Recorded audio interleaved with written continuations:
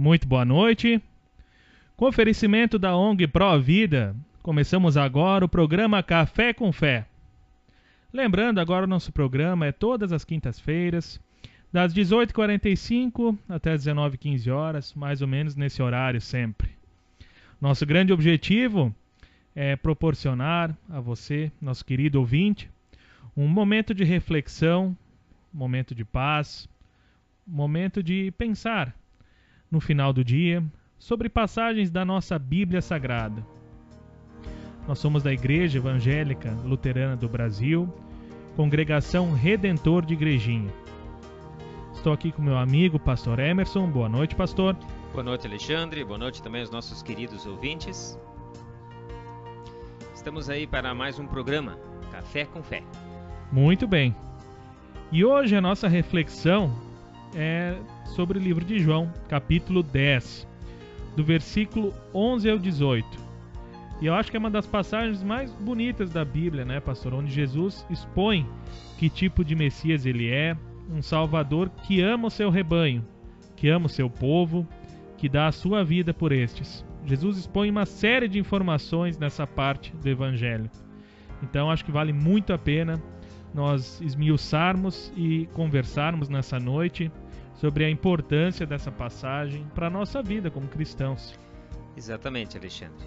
Bom, esse texto ele faz parte das leituras do final de semana também em nossos cultos.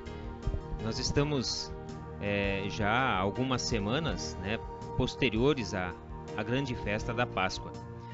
E na verdade esse texto ele faz parte destes domingos pós-Páscoa, porque anunciam que o Cristo que morreu por nós, que deu a sua vida por nós, é na verdade o nosso bom pastor.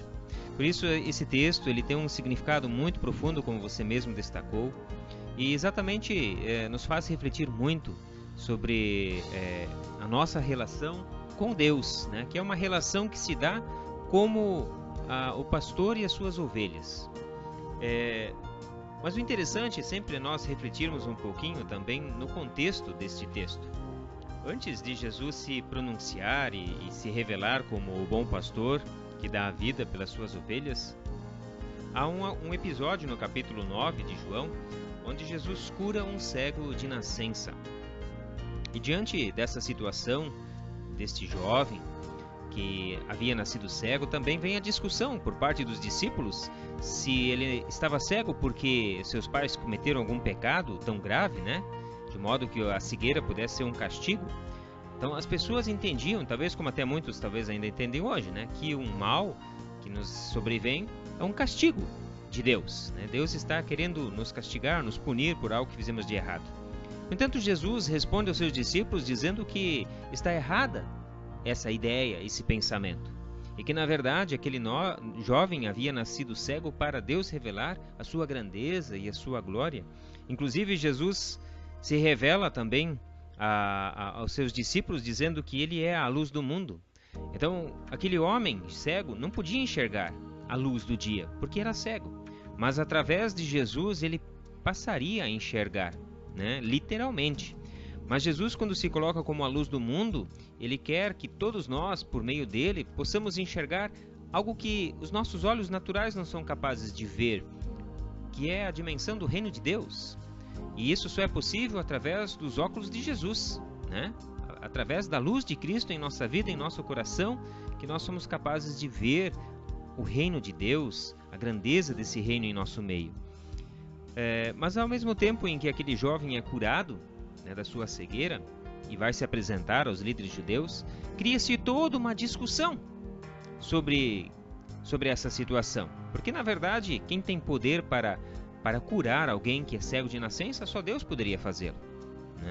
Então toda a discussão recorre em torno disso, em torno da pessoa de Jesus, que da parte dos líderes judeus não o aceitavam como o Filho de Deus, como o Messias, como o Salvador, mas ao mesmo tempo as ações de Jesus, os seus atos, demonstravam que ele de fato era o Filho de Deus, porque ninguém poderia fazer o que ele faz, como por exemplo dar a visão a um cego que havia nascido desta maneira. E aí cria-se toda uma discussão. É então que Jesus vem com o discurso a partir do capítulo 10, onde ele também fala da porta, né? Da porta do aprisco das ovelhas. Enfim, ele anuncia-se como a porta que dá acesso à eternidade. Então esse é o sentido da expressão porta. Quando Jesus diz eu sou a porta, ele quer dizer que ele é o acesso, né, à vida eterna. Mas logo em seguida ele vem então com esta comparação, aquela ideia, né, do pastor e suas ovelhas em relação ao povo e Deus. Na verdade, já era uma linguagem bastante conhecida do povo de Israel, porque o rei Davi já havia, no seu Salmo 23 também, né, composto este salmo dizendo: o Senhor é o meu pastor. Então, quando Davi diz que Deus é o seu pastor, ele se coloca como um cordeiro, uma ovelha, né, diante de Deus. Então essa linguagem era uma linguagem muito compreendida. O povo como o rebanho do Senhor, como as ovelhas do Senhor, e o pastor como aquele que guia e conduz estas ovelhas. Então este também era o sentido que se entendia por essa parte. E aqui, dentro desse contexto, então, Jesus se anuncia como sendo o bom pastor. Eu vou ler para vocês, ouvintes, o texto bíblico, do João capítulo 10, versículo 11, e alguns versículos seguintes, que Jesus diz assim: eu sou o bom pastor. O bom pastor dá a vida pelas ovelhas. O mercenário, que não é pastor, a quem não pertencem as ovelhas, quando vê vir o lobo, abandona as ovelhas e foge. Então o lobo as arrebata e dispersa. O mercenário foge porque é mercenário e não tem cuidado com as ovelhas. Eu sou o bom pastor. Conheço as minhas ovelhas e elas me conhecem a mim. Assim como o Pai me conhece a mim e eu conheço o Pai, e dou a minha vida pelas ovelhas, ainda tenho outras ovelhas não deste aprisco. A mim me convém conduzi-las, elas ouvirão a minha voz. Então haverá um rebanho e um pastor. Por isso o Pai me ama, porque eu dou a minha vida para a reassumir. Ninguém a tira de mim, pelo contrário, eu espontaneamente a dou. Tenho autoridade para entregar e também para reavê-la. Este mandato recebi de meu Pai. O sentido destas palavras de Jesus, Alexandre, são muito profundas, porque há dentro deste discurso de Jesus toda uma mensagem messiânica e dos propósitos de Deus para a salvação da humanidade. Ou seja, Deus envia o seu Filho como o bom pastor que vai dar a sua vida para reaver as suas ovelhas, as ovelhas do Senhor, de volta. E vai conduzir essas ovelhas, e não apenas a um grupo restrito, como se fosse somente o povo de Israel, mas a todas as ovelhas que estão dispersas no mundo todo, ou seja, o Cristo para todos, a mensagem do Evangelho para todo o mundo. O interessante aqui no nosso texto, então, Jesus se apresenta como o bom pastor. O papel de um pastor, na verdade, o pastor de ovelhas, é realmente proteger as suas ovelhas, dos lobos, que sempre são uma ameaça constante para as ovelhas, uma ameaça mortal, mas também é conduzir as ovelhas às pastagens, às águas, enfim, guarnecer as ovelhas de dia e também à noite. Esse é o papel do pastor, cuidar do seu rebanho, cuidar das suas ovelhas, guiar as suas ovelhas. Isso entende-se também como o papel dos líderes religiosos na época de Jesus.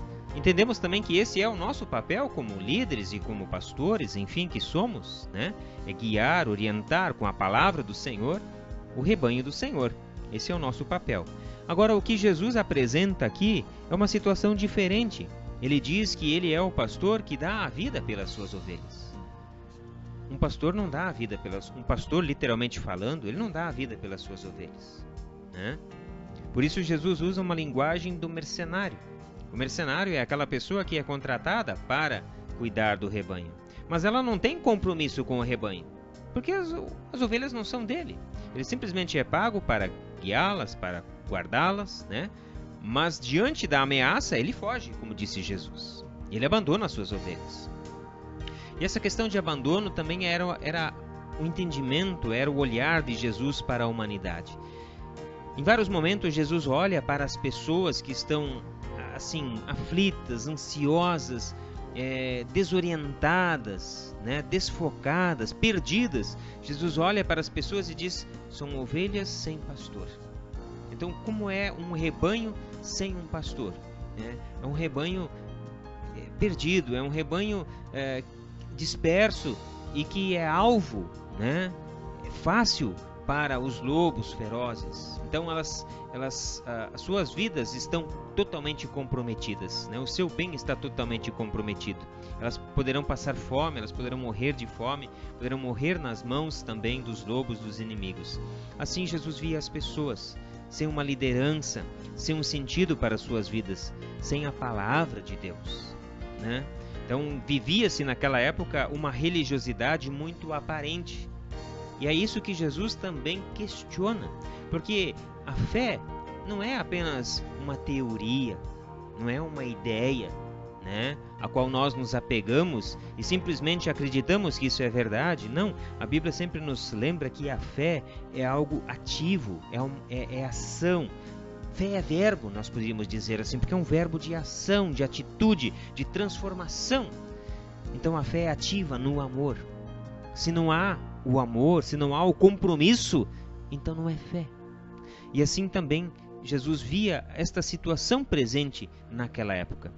E aí Jesus vem com o propósito de resgatar essas ovelhas, né? Ele vem, por isso a parábola também da ovelha perdida que Jesus conta, numa das outras passagens bíblicas, que ele veio exatamente para resgatar estas ovelhas que estão perdidas. E aqui ele fala não só uma vez, mas várias vezes que ele veio para dar, se preciso for, a vida pelas suas ovelhas. E não é apenas se for preciso, é preciso. Faz parte dos planos de Deus. Era necessário. Em outros momentos, Jesus também sempre disse e enfatizou que ele veio para realmente dar a sua vida, né? Não para que a vida dele fosse tomada. Não, ele veio para entregar a sua vida. Então isso faz parte dos propósitos de Deus para a nossa salvação. Isso revela o grande amor que Deus tem por nós. Isso revela o grande amor que esse pastor Jesus tem por cada um de nós, tem pelo seu rebanho, pelo seu povo, por cada indivíduo, por cada um de nós. É uma passagem muito profunda, né? E eu gosto muito quando ele fala ali, quando Jesus fala que o rebanho o reconhece também, não como um mercenário, enganador, que frente a qualquer problema simplesmente dá no pé, mas o rebanho o reconhece como líder, como guia. E acho que isso é muito importante, né, pastor? Jesus Sim. nos reconhece como seu povo, todo que crer nele, né? Exatamente. Não é um grupo específico, alguém escolhido, todos que crerem nele. Aí também entra o sentido, né, teológico da palavra, das colocações de Jesus, porque quando ele diz assim que o seu rebanho, né, conhece a sua voz. Imagine você, Alexandre, no momento de aflição, no momento de grande perigo, né? Imagine você, criança, no escuro, né, passando por um caminho apertado, o medo que sobrevém, né? O medo da ameaça, o medo do perigo, porque nós naquele momento nos sentimos sozinhos, pequenos, ameaçados, né? E naquela situação de medo, de pavor, você ouve uma voz, né? Se fosse uma voz estranha, talvez você aumentaria o seu medo, né? Mas se você identificasse esta voz e reconhecesse que fosse a voz do seu pai vindo ao seu encontro na escuridão, qual seria o seu sentimento? Seria um sentimento de grande alívio, de grande segurança, de grande paz, extremo, conforto muito grande, né? É difícil até explicar o sentimento, mas dá para imaginar. Assim também Jesus vem como nosso Salvador. Nós estávamos perdidos, né? Perdidos, éramos como ovelhas perdidas. Jesus vem e com a sua voz poderosa, amorosa, salvadora, ele vem e nos chama para junto dele, né? Ele vem e nos chama pelo Evangelho, pela sua palavra, e nós identificamos a palavra do Senhor porque é a palavra dele, né? E quando Jesus fala aos nossos corações, eu lembro daquele episódio quando aqueles 2 discípulos tiveram aquele encontro com Jesus após a ressurreição, e Jesus conversando com eles, no final eles disseram assim, um ao outro, como os nossos corações ardiam quando ele falava, né? Então, quando o Senhor Jesus fala aos nossos corações, os nossos corações ardem, a fé inunda o nosso ser, é uma fé de entrega, de confiança, quando você realmente reconhece e aceita Jesus Cristo como o seu pastor, como o seu salvador, aquele que realmente deu a sua vida por você, porque ele o ama acima de tudo. Perfeito, é uma analogia fantástica que o pastor usou. Acho que explica muito bem, porque é um sentimento que é difícil de explicar, de demonstrar. Muito bem, nessa parte do programa fazemos um rápido...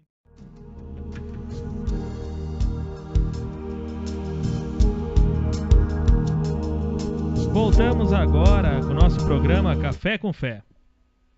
Sempre é uma alegria muito grande estar com vocês aqui. E hoje nós estamos falando sobre a passagem do livro de João, capítulo 10. Mais especificamente, do versículo 11 ao 18. É dentro do texto de Jesus, o Bom Pastor.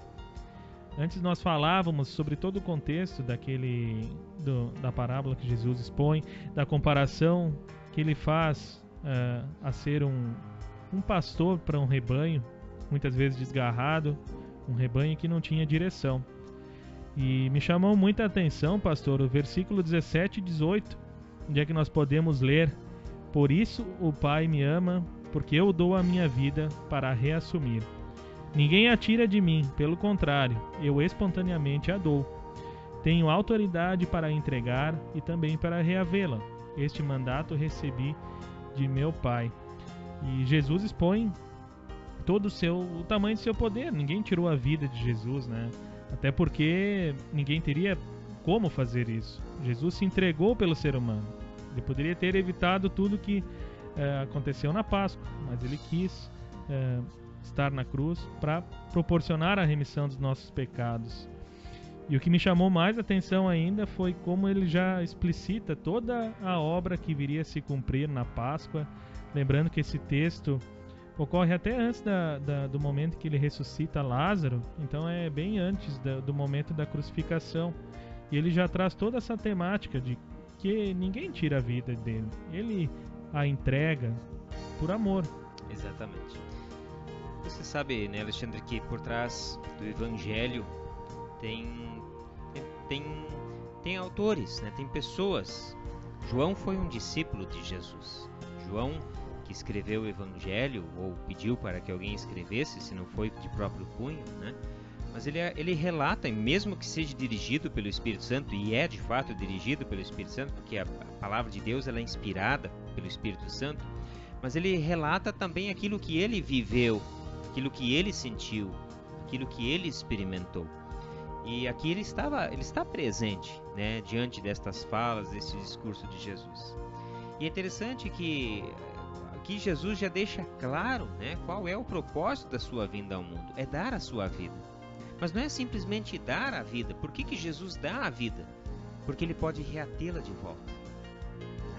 Então isso tem um sentido único. Não há no mundo alguém que se identifique, que se compare a o que Jesus Cristo fez por nós. Se nós olharmos para todas as religiões que há no mundo, todas podem ser até assim, trazem mensagens boas, né? Pregam o amor, pregam o bem, como as pessoas devem agir e se comportar umas com as outras, se relacionar umas com as outras. Nesse sentido, se nós analisarmos assim as religiões em geral, elas têm uma mensagem bonita, né? São mais filosofias. Exatamente, até, né? são propostas de vida e tudo mais. Mas Cristo é o Salvador, né? E Ele é o único que pode nos salvar. Quando Ele diz que Ele é a porta, exatamente Ele se coloca como o único que pode dar acesso ao céu. Quando Ele diz assim que Ele é o caminho, a verdade e a vida, é porque só Ele é a ressurreição e a vida também. Ou seja, o único pelo qual podemos ter salvação. Porque para sermos salvos, nossos pecados precisam ser pagos, né?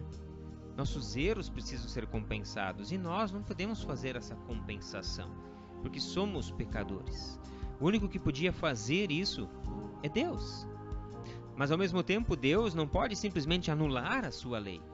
Então Ele executa a lei em cima dele mesmo, no caso em cima de seu filho, né? Executa a sua lei, faz a sua lei se cumprir na pessoa de seu Filho. E quando Jesus Cristo ele aceita, ele assume essa missão, ele também o faz por amor à humanidade, né? Então, a mensagem que está por trás disso sempre é o imenso amor de Deus por nós. Um amor tal, onde Deus, para salvar a humanidade, salvar a cada um de nós, ele entrega a sua vida, ele dá a sua vida. Mas ele, ao mesmo tempo em que ele dá a sua vida na cruz, ele o faz porque no domingo da Páscoa ele reatém de volta, né? Ele reassume a vida de novo. Ele ressuscita dentre os mortos. E isso mostra o seu poder dominador, né? E a sua vitória sobre a morte também. Porque a morte é o nosso pior inimigo. Mas em Cristo a morte foi vencida. E em Cristo nós estamos perdoados, estamos salvos. E o que Cristo vem nos trazer não é apenas uma vida aqui no mundo, porque a vida aqui no mundo é uma passagem. Mas Cristo vem nos fazer um convite para vivermos com Ele na eternidade, né? Essa é a grande esperança do cristão. É nisso que a nossa fé se fundamenta. E é nesse sentido que nós temos prazer em ouvir a palavra do nosso Salvador. E é por isso que Deus, ele ama muito o seu Filho também. Porque o seu Filho é obediente, o seu Filho é fiel aos planos, aos propósitos de Deus. É por isso que Jesus diz: o Pai me ama. Por quê? Porque eu dou a minha vida, né? Mas eu vou reassumi-la novamente. Ninguém a tira de mim. Pelo contrário, eu espontaneamente a dou, né? A entrego. E quando nós falamos em amor, nós entendemos que isto é o amor de Deus. E esse deve ser também o nosso amor. O amor não se compra, o amor se dá. Ele é incondicional, né? Deus nos ama pelo fato de Ele simplesmente nos amar, né? E com o seu amor quer nos resgatar e nos salvar. Ele quer ter as suas ovelhas fazendo parte do seu rebanho na eternidade, para todo sempre. O salmista Davi, no Salmo 23, que antes ouvimos também, né, o cântico, exatamente o salmista Davi diz: o Senhor é meu pastor, nada me faltará. Ainda que eu ande pelo vale da sombra da morte, não temerei mal nenhum, porque o Senhor está comigo. E no fim ele diz assim: e o Senhor preparou-me uma mesa, um banquete, onde o meu cálice irá transbordar, e viverei na casa do Senhor para todo o sempre. É esta a nossa fé, a nossa esperança final, a vida eterna com Jesus no céu. E é algo que a gente não encontra em nenhuma outra religião também, né? Um pastor que se sacrifica pelas suas ovelhas. Isso não há registro de um amor desse tamanho, né? Então não basta simplesmente crer na existência da vida após a morte. Você tem que ter certeza disso, né? E a única forma de termos certeza da vida eterna mesmo, uma vida de paz, não de sofrimento, não de castigo, mas uma vida de eterna alegria e paz, onde todo sofrimento será removido, que é a vida eterna com Jesus no céu, essa só Jesus pode nos dar. E isso tudo já está preparado, né? Sempre lembrando ao nosso ouvinte, isso tudo já foi providenciado, tudo isso através do amor de Deus pelo homem, um amor incondicional, né? Quando nós não merecíamos, Ele foi lá e fez tudo para que nós pudéssemos ter esse grande benefício que é a vida eterna. Tudo por amor. E uma coisa que me chamou muita atenção também, pastor, aqui fugindo um pouco dessa temática, né? Muito se pesquisa sobre as características de liderança nos dias atuais, sobre como o líder deve ser, né? E talvez essa passagem bíblica seja a maior lição sobre liderança que alguém pode ter, né? Porque expõe todo o cuidado que um líder deve ter com o seu grupo. E nós vemos Jesus, o nosso Salvador, o guia da nossa vida, dando a sua vida para que nós pudéssemos ter vida eterna, né? Vemos Jesus carregando todos os nossos pecados para que nós tivéssemos tranquilidade, paz de espírito. Não existe uma lição maior de amor e, consequentemente, também de liderança. Exatamente. Que essa Ele é lição. o líder por excelência, né? Ele é comprometido 100%, comprometido até a morte pelos seus, que ele lidera, que ele quer guiar e salvar. Muito se fala como deve ser um líder, basta olhar para Jesus e a forma como ele age com todos que ele ama. E assim a gente ser um líder na nossa família, né, na nossa casa, na igreja, no trabalho, enfim, aonde nós podemos exercer uma liderança, né? Então aí está com certeza um exemplo a ser imitado, a ser seguido. Muito bem, é uma linda passagem mesmo para a gente debater. Com certeza teria muito mais para a gente explicitar, Mas é a temática desse final de semana, né, pastor? Isso, e por isso fica o convite aqui também para as pessoas que queiram assistir o nosso culto no final de semana com essa temática. No sábado à noite nós temos o culto ali na Comunidade Redentor e também no domingo à noite, né? Como é o quarto domingo, nós também temos o culto à noite, um culto um pouco diferente, né? Um culto que você também está convidado a participar conosco, mas a temática é essa. Nesse final de semana também acontece um encontro, nós temos um departamento dentro da congregação, que é o departamento de leigos, e esse departamento está de aniversário nesse final de semana, né? Então por isso também terá uma programação. E você está convidado a participar, prestigiar conosco. Começa no sábado de manhã, às 9 horas, com o devocional. Depois terá, assim, diversas atividades. Nós temos ali uma quadra de bocha, então o pessoal vai fazer algumas atividades também relacionadas a isso, né? Temos a quadra, teremos um almoço ao meio-dia, o valor de R$15 o cartão, que será um frango, né? Então fica esse convite. E à noite, então, o culto. Depois do culto, sempre os jovens também têm a sua oportunidade de se reunirem. E também no domingo, um evento a nível distrital. Envolve mais congregações, mais cidades, que é em Linha Brasil. Congresso de servas, de senhoras. Então, oportunidade também para as servas estarem participando desse momento e crescendo na palavra de Deus, no conhecimento da palavra de Deus, na sua fé, na vivência cristã com outras irmãs na fé também. Então fica aqui o nosso convite. Muito bem, uma série de programações no final de semana. Também gostaria de convidar os ouvintes a curtirem nossa página no Facebook, a página da nossa igreja, né? Lá, frequentemente, agora vamos estar abastecendo com informações sobre os cultos, com as temáticas aqui que tratamos na rádio. Então, basta procurar lá no Facebook, Igreja Evangélica Luterana Redentor. É só curtir a página e acompanhar as atividades, acompanhar tudo que os departamentos vêm fazendo. Tem uma série de pessoas trabalhando todos os dias, né? Não é só o pastor que vem aqui na rádio conversar, dar os cultos, faz todo o trabalho, mas tem uma série de outras atividades que ocorrem todos os dias lá na igreja e que você vai poder estar acompanhando. Ficamos por aqui. Desejamos já antecipadamente um abençoado final de semana a todos os ouvintes. E quinta-feira estaremos novamente aqui às 18h45.